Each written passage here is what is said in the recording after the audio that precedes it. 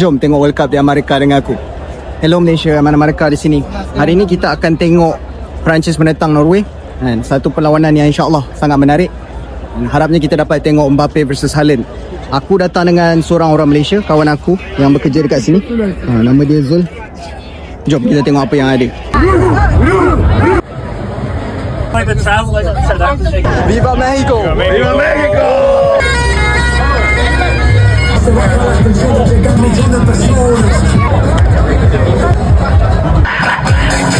Aku tunjuk korang tiket World Cup.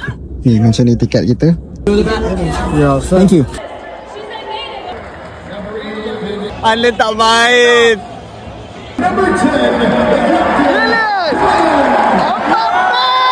Ada Mbappe, Olise dengan Desiree Doué main kan. At least dapatlah tengok Mbappe main. Walaupun Haaland dengan Odegaard bukan starting line up. Mbappe kurang.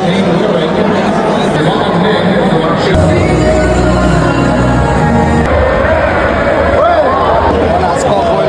Dembele skor lagi kurang.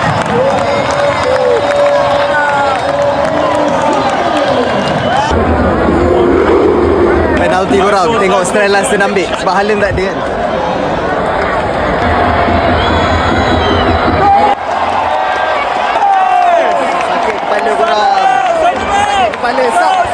Kita orang pun dah nak start bergerak balik dah, korang skor 3-1. Diorang dah keluarkan Mbappe, dah keluarkan Dembele, dah keluarkan Olise. Jadi dah tak ada dah superstar.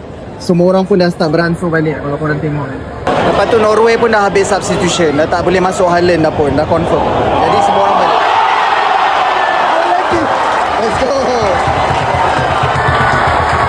Match dah berakhir dengan skor 4-1. Alhamdulillah kita orang dapat tengok Dembele hat-trick. Tapi agak sedih lah sebabnya kita bayar banyak kan untuk game ni. Dengan harapan kita dapat tengok Mbappe versus Haaland. Tapi tak dapat. Tak apa, insyaAllah next time kan, next World Cup lah. Tuju korang, jangan tunggu sempurna. Kita hanya perlu mula. Assalamualaikum.